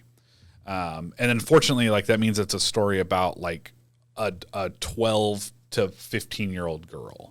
And she never, like, she doesn't like really come into her own power and stuff until like the very end of the series, in which case it's like, you had to follow around a learning 12 to 15 year old. Yeah. She only spent like a year at Kaer Morhen, and it's kind of like almost what do you call it, montaged. Yeah. They do a pretty good series when she's like first trying to learn to train there and stuff, but then I thought those were some of the best episodes so far. Yeah, the series stuff in Kaer Morhen is great. I thought that she'd spent a lot more time in there. I might have missed any sort of references to how long it took in the video game before she was there. Right. But to me, it almost felt like she got there when she was like 12-ish, and she didn't leave Kaer Morhen really until she was like 18. So I thought she spent like a grip of time there. In the show, they never make it clear. Like, it definitely seems like it's quick. Well, they haven't gotten to the point where she like leaves Kaer Morhen in the show, right? All that stuff it ends in Kaer Morhen. I thought they had already left. Do I have my timeline messed up? Yeah, because like the end of season 2 is literally like they're having all the big fights and stuff. Because is that the end of it? The Witch of the Woods is like is in her and stuff. Okay. Yeah. Oh yes. Also, now I remember the last scene. Okay. Yeah. None of that's in the book. Yeah. None of the Witch of the Woods stuff, the Baba Yaga shit is in the book So at like, all. I mean, I feel like Baba Yaga's a little further east of a scary stuff. I don't know. Maybe. Yeah, I guess. Yeah. No, it's fine because like even in the books and stuff, it's still very much a European medieval fantasy stuff. So that's why so much of the things get pulled into like the fantasy lore. It's because you have like European fucking people that are living here. But it also gets really weird and confusing and stuff because they talk about how long humans have existed on this planet, and then there's references to the fact that there's humans here before the humans got there, and it's just, there's so many holes. It's just, it really comes down to the fact that it's like, it's not very good writing. So, and then it could be biased that I like a lot of very specific things in my fantasy, and they don't really touch on a lot of that or explain it well enough. And Geralt himself in the books a lot of times is like, there's poor character development to where like he's obviously a good person and he has a code that he likes to do well for people and stuff. Moral compass. But a lot of times he's just like, he's an asshole, and he's going to be like, I'm going to be an asshole up until the moment when I decide I'm Geralt and I'm a good person, so I'm not going to be an asshole. And you're like, well, why the fuck were you an asshole for fucking 4 hours, dude? Like, fucking stop it. You know? know. That's my take. I wanted to rant on that a little bit. Sure. Right. Oh yeah. Did anybody check out Sifu? Sea-Doo, the jet ski? No, Sifu. Sifu. Pretty sure I'm saying it correctly. Sounds vaguely familiar. It's Is it the a new stealth game? I wouldn't call it a stealth game. It's a kind of a martial arts beat 'em up. Yeah, and say like it was a martial arts game. Yeah, like a. I don't know, I watched a wee little video for it. Third person style. It looks really fucking good. Dominated Twitch for a day, but they launched the day before Lost Ark went early access. So bad timing on their part. Looked great. I think the hype for it lasted for the day and is probably gone now.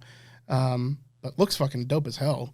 The combat looks fucking great in that game. So based on the little I know about it and have watched, it looks great. I'd love to play it. It's the same people that did Absolver, which we watched a trailer for that looked really cool, but none of us ever played it. Yeah.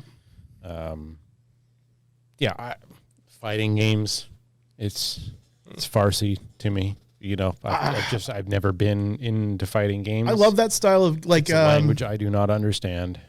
Well, your typical like side view fighter, I don't give a shit about. But like fighting games with a good story and good fighting mechanics, I do enjoy.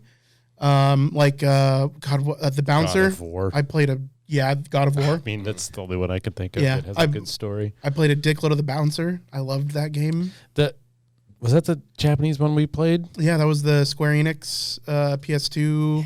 Yeah, that was very Japanese. That was a fucking blast. We multiplayed that I don't know what it was game about that fucking game, but days loved it. for days. Yeah, it was about the story in that game lasted like 2.5 hours, and we beat it like 40 goddamn times in a couple days. On the topic of new games, I don't mean to cut you short. No, yeah, go ahead. But I just came across this today. Atomic Heart is a game that's coming out I've not heard about.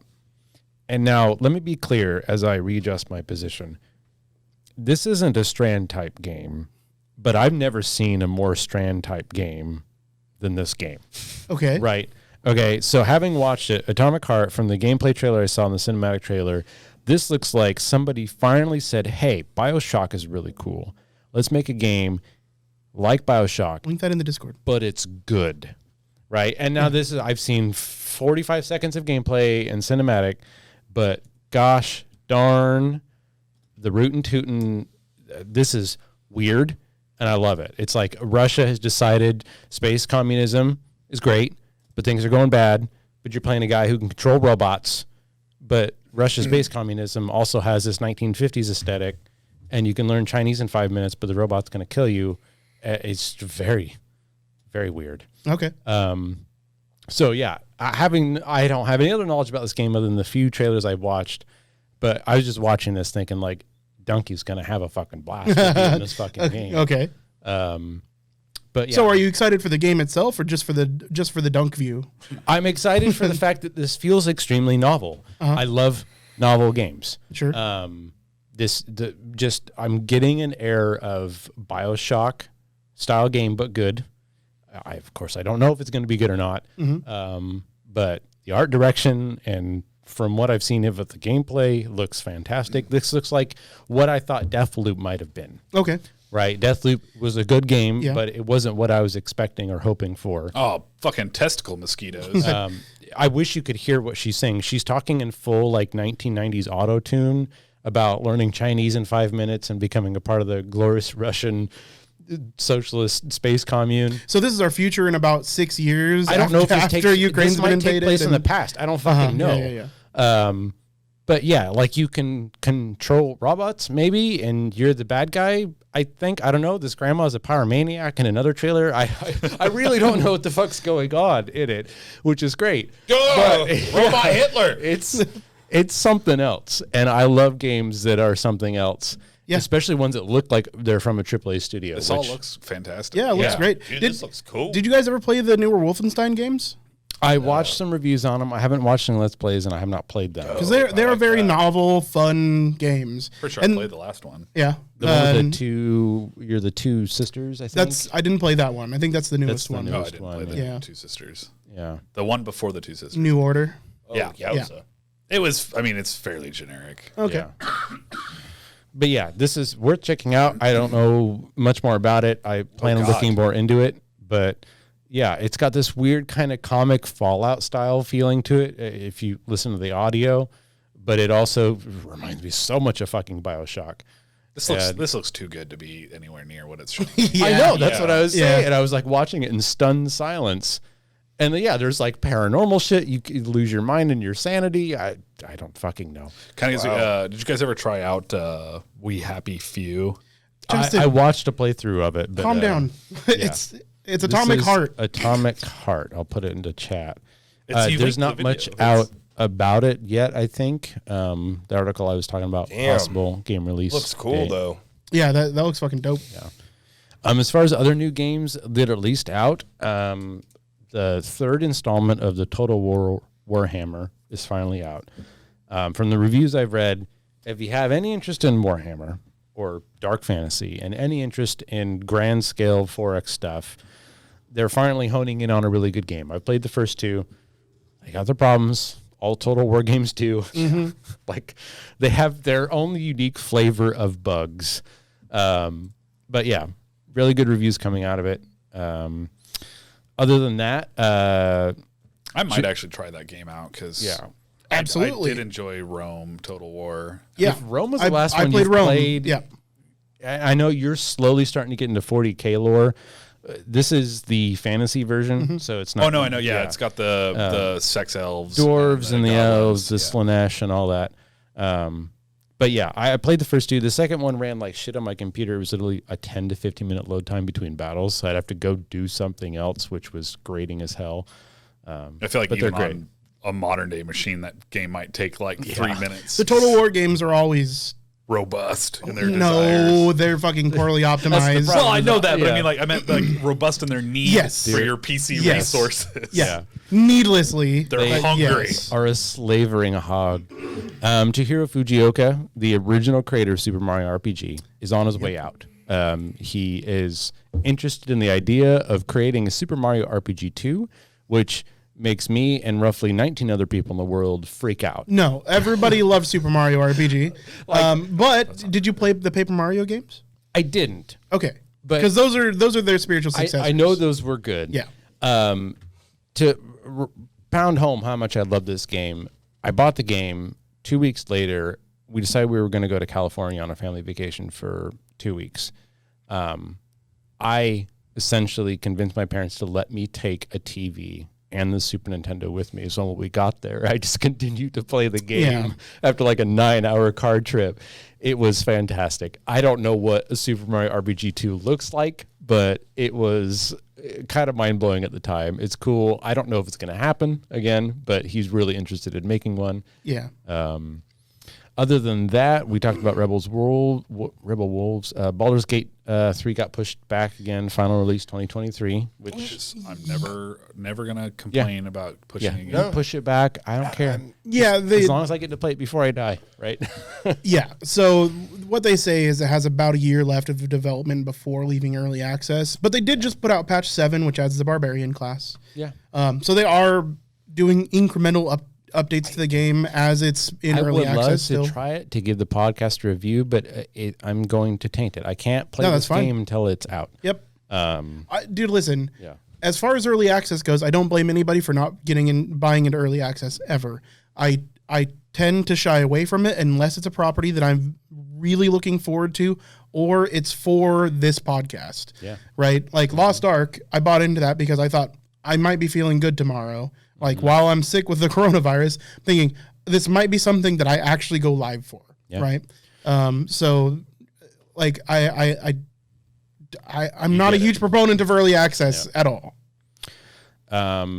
This isn't the main thing I want to talk about, but it's a crux for it. Paradox recently announced that they're doing their subscription service for Hearts of Iron 4, which is a neat idea that I thought was more interesting to discuss because I don't think we've talked about it as a group.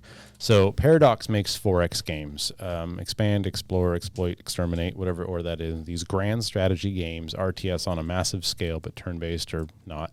But they release a ridiculous amount of DLC for their games that all cost a little bit here and there to the point where if you want all of them, it's $900 gajillion. Yes, right? Sims. So they decided, what if we just released a monthly subscription fee and you get to play all of them, right? It was an interesting idea. The whole Paradox community kind of like was a fucking chicken with their head cut off, freaking out about it. Is this, that, and the other? It settled down, and I think it's generally a good idea, especially if you're getting into Paradox games. You can play the base game, which is roughly 8% of the game as a whole. And then you get all the DLC once you know how the game works, which is the other 92%. I don't know how many other kind of game genres this would fit well in, but I really like the idea of, you know, City Skyline we mentioned earlier is a great game. There's a lot of fucking DLC for it. And it would be nice to pay like $5 a month. But not hundreds of dollars worth of DLC for City Skylines. I honestly don't know. I know there's a lot of fucking mods for it. Yeah, it's mostly mods. Like farming simulator and stuff like that. Yeah. That's not their model. They want you to buy the newest tractor. Yeah. But as a consumer, it'd be great to be like, okay, I've played this game for a week. I really enjoy it. I think I got another 2 months in me. I can pay $10 a month. And I get everything else. I find that weird coming from you because you're very anti-games as a service. And this is like the pinnacle of games. This is an individual game. It is, but this game has a lot. You think about Crusader Kings and Europa Universalis, they've got a lot of DLC. Yeah. And like, you know, once you find a game that you like, especially if you're into Paradox games, you're going to want all of them. And Justin knows, we've talked about Justin, and Josh knows this. And like, if I could come tell you, like, hey, if you had a new Paradox game and for $5 a month, you could get 187 DLCs, like, would you do it? As opposed to buying them all individually over the course of 2-3 years. And especially if they're using this as a test model and then expand it out to the other games. So they're thinking about doing it for all the Paradox so you games, pay the one fee, and then I get the DLCs for it's all. It's a fee per game. You what's the fee price? Like that's I don't know off the top of my head. If it's per game, it's €4 a month, which is like what, $6-7 a month in Freedom Bucks. You can still buy the DLC. If you want to do that, you can. But so I look back at Stellaris. I've spent well over, I think, $100-150 on Stellaris. I was gonna say, and I've got a lot of they have a lot of paid for DLC. Stellaris is one of the lower amounts of DLCs out of the Paradox games. So, would you say that every expansion, every DLC pack that you get is worth the money spent on it? No, but I don't think that's ever going to be the case. Yeah. I'm just wondering. So, my thoughts here are maybe just make your DLC cheaper. Yep, that's exactly what I was thinking. It doesn't matter if they're $2-3 a piece when there's 180 of them. It makes a huge difference if they're cheaper. Well, I mean, they're already cheap. I'm not saying these aren't $10-20 DLCs, all of them. Some of them are only a couple bucks, but it's like you get to play the Hungarians for $2, you know, and that isn't anything in and of itself in a vacuum. But if you're like, I want to play all of Europe in CK2, including all of Asia and all of Northern Africa, now you're looking at like $100 of DLC, where individually, I don't, you know, do you really want to make sure that the, you know, Ivory Coast is a playable class, you know? I don't, so I don't hate that it's an option, right? Yeah, that was the coolest thing. They're not changing it. It's just an option they're trying out. Sure. Now, I think that for a monthly subscription, it might be. I don't like that it's per game. I think I don't. I hate the precedence that is being set in like every facet here. Yeah. So I would hate to see a by studio or by development company or, you know, by publisher kind of subscription service. I'd hate to see that. That's what we're getting, though. I mean, ultimately, what we're looking at here. What we're moving towards. Yeah, if you want PlayStation Plus, you got to have that. Xbox Game Pass, you know. So that's kind of what we're seeing here. But a game-by-game basis subscription service, dude, you know what is difficult already is managing finances when you have 5 video streaming services because you have to watch all of the, to stay current with all the shows that you watch. Just imagine if it was per fucking game that you played. Yeah, I get you there. The problem is the paradox is, I don't AA studio. I don't know what to call it. It's a smaller studio. They have a very niche audience Yeah. that is very hardcore and very well sure. rooted. Crusader Kings 2 at 17% off, their DLC bundle for everything is $263. So if you paid $5 or even $10 a month, that's 26 months to break even on the price. Yeah. 2.25 years. Like, the grognards and the hardcore players are going to buy the DLC because they've been playing the game for years. But if they're trying to get a larger audience, which I think they have other problems, but if that's what they're going for, I think this is a good idea. Do you have to buy the base game? Or you still usually have to buy the base game. I mean, CK2 is free to play. CK3 is probably $20, $30, $40. Is that the newest one or is CK4? They're CK3 is so the newest they've one. got their historical ones, they've got their World War I ones or World War II, they got Stellaris, which is a sci-fi. So, they all have their own rules, but they're essentially the same major 4X. So I'd have to buy the base game and the subscription service. If you want all the extra stuff. If you wanted to stay always current, all DLC. And anytime they add a new DLC, it just gets added to the pile. You don't have to pay any more than you're already paying if you do the subscription. So it's kind of a weird situation because so many of the it is weird. players already have the DLC, right? Like, I usually pick up the newest Stellaris DLC when it comes out, which means I have all of them. Yeah. Not all of them were worth buying, but I also want Paradox to succeed because they try. Yeah. They may not do the best, but So the issue that what they're fixing is people that are getting into the game late. Yeah, essentially. Yeah, because it would, if you wanted to jump in this game that a couple of your buddies are playing, but they've been playing it since day one, and it hasn't been a big deal to fork out $10 every 3 months the DLC comes out. Stretched out. Right, because it's stretched out through time. But you come in 2 years later, and it would be $230 to jump into the game that your buddies are playing. You're coming into Apex, you get to play one mode, you get to play one character, and you're getting a quarter of the map and 2 guns. And it's fun, right? Yeah. But then you realize that if you had all the DLC, there's 397 characters, there's 97 maps, and there's 5,082 guns. You're like, well, I really want to try all those things, but I don't want to spend $263 to do it. Is it possible that through paying monthly that you end up actually paying more money than you would have eventually? Eventually. But it would be years, right? Sure. If it was €4 a month, I think that's 5, 6, 7 American dollars. I mean, ZK2 is just one example of Crusader Kings 2. That's $263 at a discount of 17%. So you're looking at like it's almost $300 for DLC. Yeah. The only valid, it's not even, the only complaint that I have about this is that at the end of the day, it comes down to an argument of where like I want stuff for free. And they're a company that needs to make money. Yeah. So I'm going to view it as like age-old problem. Their view, like I'm going to view it as like, oh, that's greedy. Like this is old content, or you're overcharging for your DLC, or you need to bundle it so I can get more for the price that I'm paying. All those are arguments from like, hey, I don't want to give you as much money, and they have, as a creator, every right to expect me to pay for the shit that they have created. So for accessibility reasons, I think it's a fantastic service. When you break it down the way that you did, that you could play for 2.5 years and experience all the content before you've officially paid for all this stuff. That's that. And for new players jumping in, because like if I had played one of these games like Apex, so Apex, I've been playing since launch day. I have earned a ton of stuff in the game. And we just found out you have roughly, how many hours was it? A little over 1,600 hours in Apex since the game came out. And then like, so I jump over to PC and I'm like, I don't have any of the content that I have unlocked on the Xbox on the PC and stuff. But I still haven't put like a gratuitous amount of money into Apex. Just over 2 years, I've probably spent about $150 in Apex. Which is really cheap for entertainment. Yeah. And And the stuff I've bought is literally just cosmetics after a certain point, or the battle passes when I didn't save all my tokens to buy a battle pass.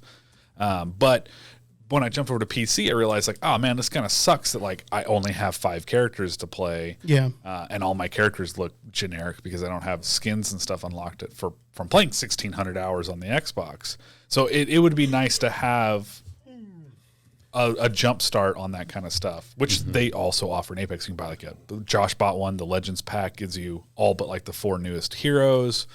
I know that like Siege does the same thing where you can buy bundles of characters in Siege.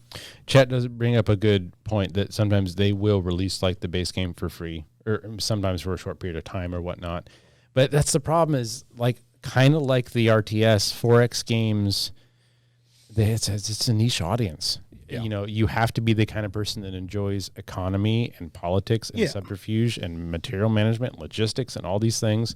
And if you're not, like, there's no way they're ever going to hook a general audience, because you have to devote more time to learning these games than most people spend playing another game entirely. Let me ask this question. Does any of those DLCs feel like they are not offering enough added content for the price point that they're set at? My best example is Stellaris, because I have dabbled in other Paradox products. Josh has way more experience than I do, so please bring it up. But Stellaris DLCs range from literal like cosmetic packs to we've added in the Star Wars style Galactic Council.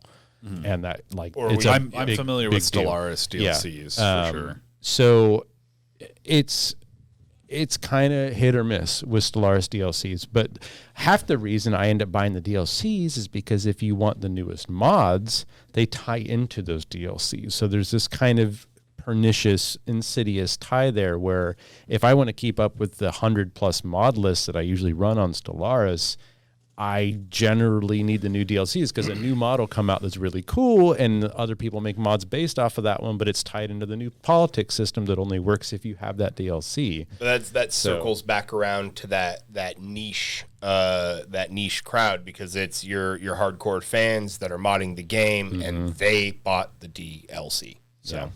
Yeah. Well, I mean, as long as you don't, if it's not blatant that you're crossing the line to what you're paying for is not worth the price that you're paying, then I think that any sort of subscription service or DLC content is fine. Yeah. At most, I've been disappointed in DLCs. I've never been angry about the lack of content or quality in a Stellaris DLC. There's been plenty of bad ones, like C-, D+, but no Fs yet. You know, because you usually know what you're getting into. You're like, okay, this is going to be a species pack with a few traits. I'm spending $5-10. I'm assuming in my head that most of this money is just going to them because I've been playing the game for so long. Here's $10 more. Thank you for giving me another 300 hours of content. You know? So as somebody who's paid money for these DLCs already, how would you feel about a new player jumping in and having all the DLC that you paid for $7 for the month? Well, technically, they already fucking offer that if you're playing with your friends. If you play like a group thing, you don't fucking need this because you get all of your friends' DLC. One player needs the DLC. If I start a multiplayer game, like when I was teaching Josh the game, if I have all the DLC, he gets it when he's playing multiplayer with me. That works in Stellaris too? Yeah. Oh, wow. Okay. That's pretty cool. Which is neat. It's a lot to handle at once. Like I said, when I taught him Stellaris, I sat down on the phone and I talked at him for 3 hours straight. Yeah. But, you know, we covered the basics and he's been playing since and he's got a good handle on the game.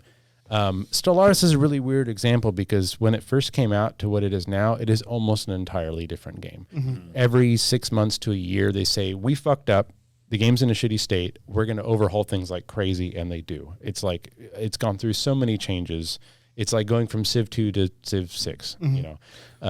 I'd say arguably what developers of games need to realize is that there's a substantial difference between content DLCs and cosmetic DLCs, because some people have their heads up their ass and they think that a cosmetic DLC is worth as much as a content DLC. $20 cosmetic DLC. And that's literally the number one thing that irritates me so much. I don't mind. Path of Exile is free. Apex is free. So they're trying to get their money back from cosmetics. But at the end of the day, like changing the way my character looks is not worth fucking $20. Yeah. It's not. Adding a weapon effect to my character is not worth fucking $15, $20. Like it's fucking insane that you think that that's correct. Now, if I was going to buy like a 6 hour questing level of content to a game, like that's worth $20-$30 to me. Like I'll pay that. It's probably going to have new ways to make my character look different and stuff included. It's good value for what you're giving me. Stop charging so much for goddamn cosmetics. The disheartening thing is that they do that because people are paying. I know that. Yep. I know that. We're not their audience. The and fucking number one thing that pisses me off. Yep. It also pisses me off that people don't try more often to actually make them microtransactions. The whole concept of like the Steam library or the Steam sales and stuff is like the only person that I ever feel like has ever tried drastically lowering the fucking price of their product to gauge if their sales will then exceed their normal sales at the regular prices, so that they know that like, okay, we can fucking slash prices, but we get X amount more people to buy the game, that we're now making more money. Steam's like the only ones that have ever fucking tried to do that. Yeah, Steam had a few. Didn't they have? They had like a whole hour long like talk where they showed on a chart. They're like, there's literally like just a straight positive correlation. Yeah. The more our games go on sale, the more money the developer makes. Yes, and that's like, and it's weird that nobody else is like willing to even try that. I think because it's risky.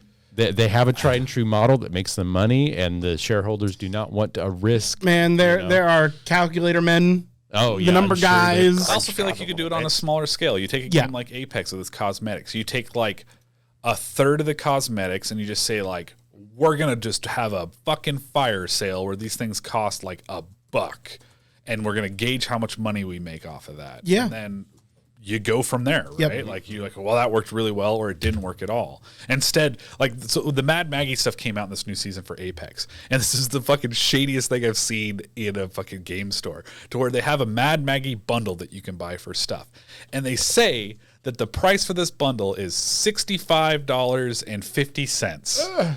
And then they have a slash through it and say 30% sale off, and it's down to like $40. I'm like, you made all of these prices today. Yeah. This content literally came out today. How can you fucking tell me that you're having a discount on this fucking product that just came out? You set the fucking $65.50 because it when you slashed it by 30%, it came out to fucking $40. Yeah, like even $40. Like, get the fuck out of here. Thank you for coming to the Apex Dev stream. We have some good news. Mad Maggie, only $3 trillion.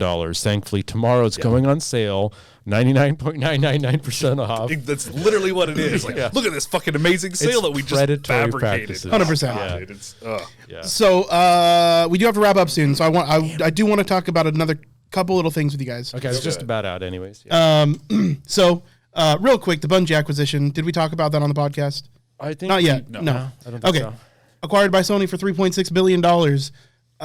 Cool. It's kind of fun seeing Bungie go from independent developer to owned by Microsoft to independent developer to Activision Blizzard to independent developer to owned by Sony. It's kind of funny to see the people that made the fucking icon of the Xbox going over to PlayStation. Please. Yeah, kind of. Netflix. It's at least like one of the best anime betrayals of all time.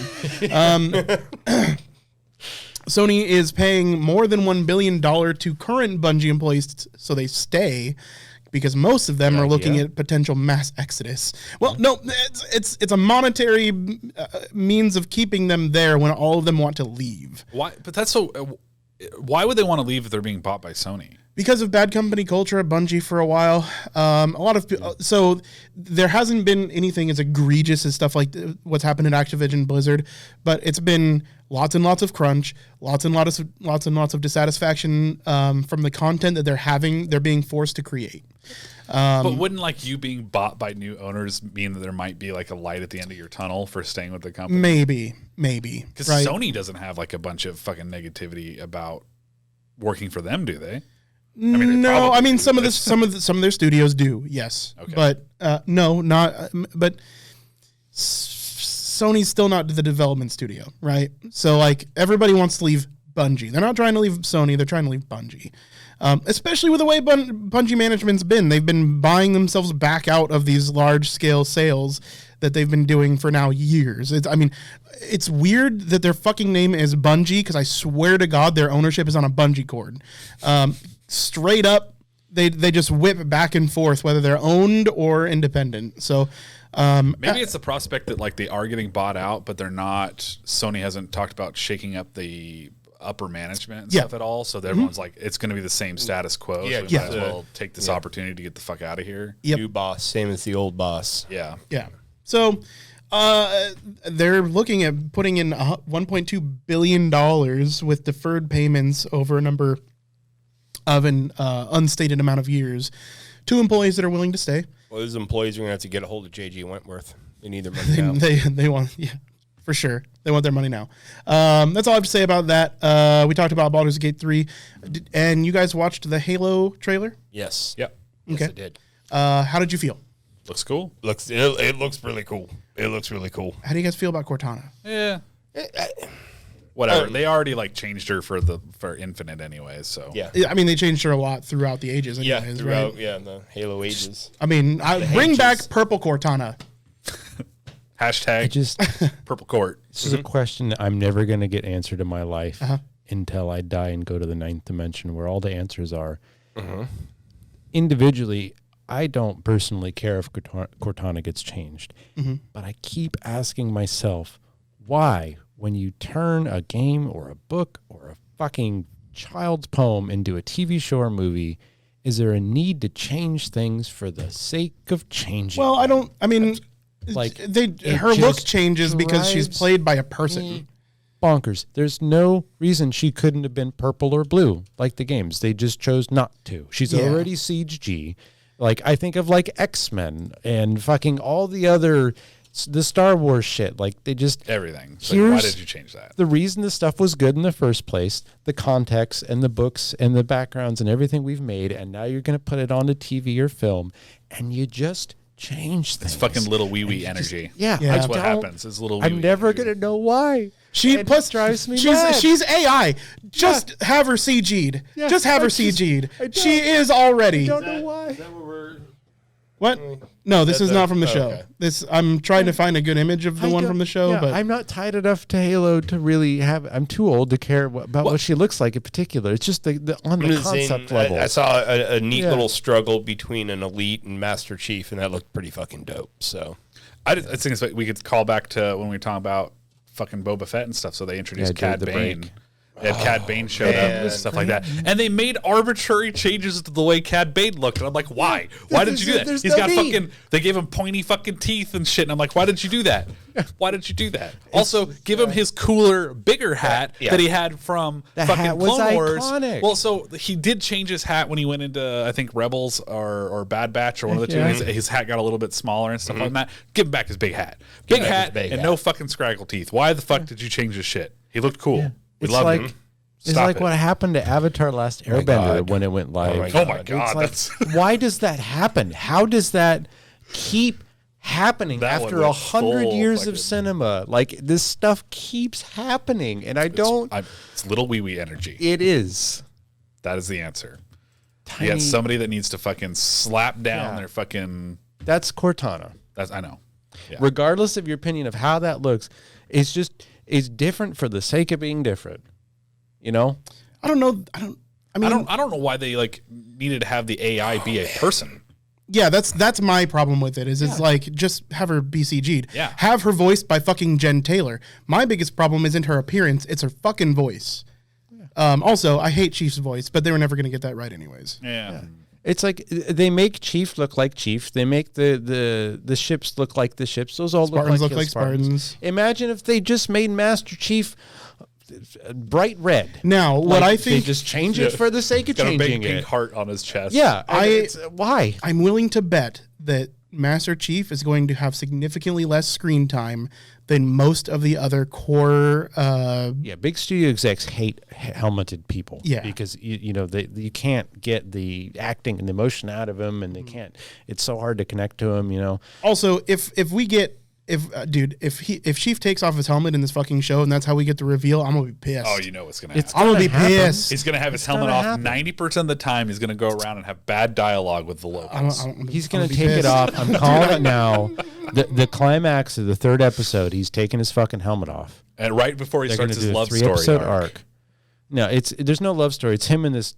It's going to be a that's the dad-child love thing. story right there. It's Him going and to be that this gun. dad-child thing, and she's going to soften him up because he's a hard badass. Like Okay. I could. You be know what? wrong, Honestly, but I fucking hate this. I hate this. I fucking hate this show. What a piece of shit. Okay, so first of all, why the fuck, dude? You don't need to expand on the universe. We have like 90 goddamn what books on drives this me on this nuts. book. Yeah, dude. There's no use, need for use new the source content. material. Why do we have new It's characters? there already. Like- It's free. Like again, back to the I'm X-Men thing. excited about Like that. there's Cool. so That looks dope, right, it bro? looks fucking amazing That looks right dope. now. In the same way that cotton candy looks great to a kid until they eat 9 pounds of it and they Yeah. die of renal failure, right? I just Oh, I know they're gonna fuck it up. Yeah. I have no doubt in my mind that. how many times is this show like coming out, not coming out, coming out, not coming out? Yeah. Well, this looks like they actually finally filmed shit for it. So. They did. It's coming out next month. Yeah.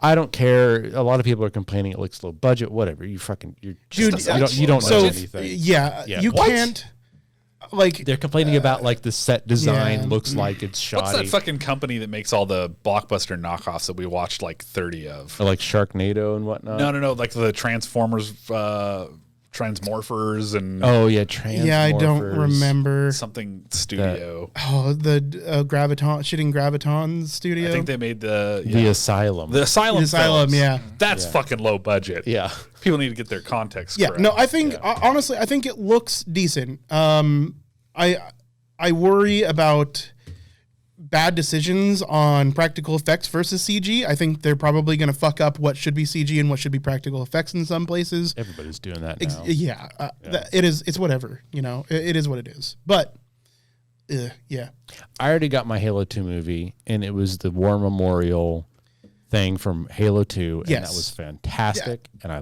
loved it. have you guys watched that? I linked it in Discord actually recently. Like when this trailer came out, I think. It's this old like ODST vet talking about his time with Master Chief in the war. It's multiple at- vets, yeah. Yeah, at like a museum. There was have not a seen war that. memorial I for haven't seen Halo that. 2. Oh, dude, and so it came out prior to the release of Halo 2, and it was just beautiful. it's called Halo. I think it's Believe. So what you're telling me is that for them to make the best Halo like TV series, it needs to be Band of Brothers. yeah. Yes. At least that you have the vets that survive. We could have a whole podcast on like what should a Halo show be about. Well, I mean, you know, yeah. because yeah, I don't know. Yeah, we're gonna end the podcast, but Yeah, we should. yeah, but I think we should watch this. So I'll watch this later. I'm not. no, gonna that's watch fine. Yeah, yeah. But I'm gonna link it in Discord again at least. If you listen to this next podcast before we start recording, when we're talking to Twitch chat, join us and I'll rant about what I think a Halo movie or show should be about. If you care about my opinion. There you go. And so chat's asking about X-Men in the MCU. I also think we should save that for next week. Yeah, let's save that for next week. I got Huge a lot. can of worms. Yeah, it is. Yeah, that's a big can of worms, and we're way over time. So, yeah. So thank you everybody. Thank you chat for jumping in. Thank you for missed talking this. with us. We appreciate you and love you guys. Welcome to the crazy Mr. Tiny Corn Dog for popping in and Yeah. blowing the shit out of us. Thank you for all you weirdos that do audio only, and thank you for the even weirder ones that watch the VODs after it's all Yeah, done. We very love you. Love you. You guys are Smoke so Signal will appreciated. Come out after the audio version. For those watching the live stream, you're still going to get another few minutes. We still got to film the intro, which, you know, is fun. So stick around. Otherwise, we will be back with you next week. I don't think we have any plans on Jackbox or anything this week, but we'll get back on track with more gaming stuff here soon. Anyways, we love you guys. Goodbye.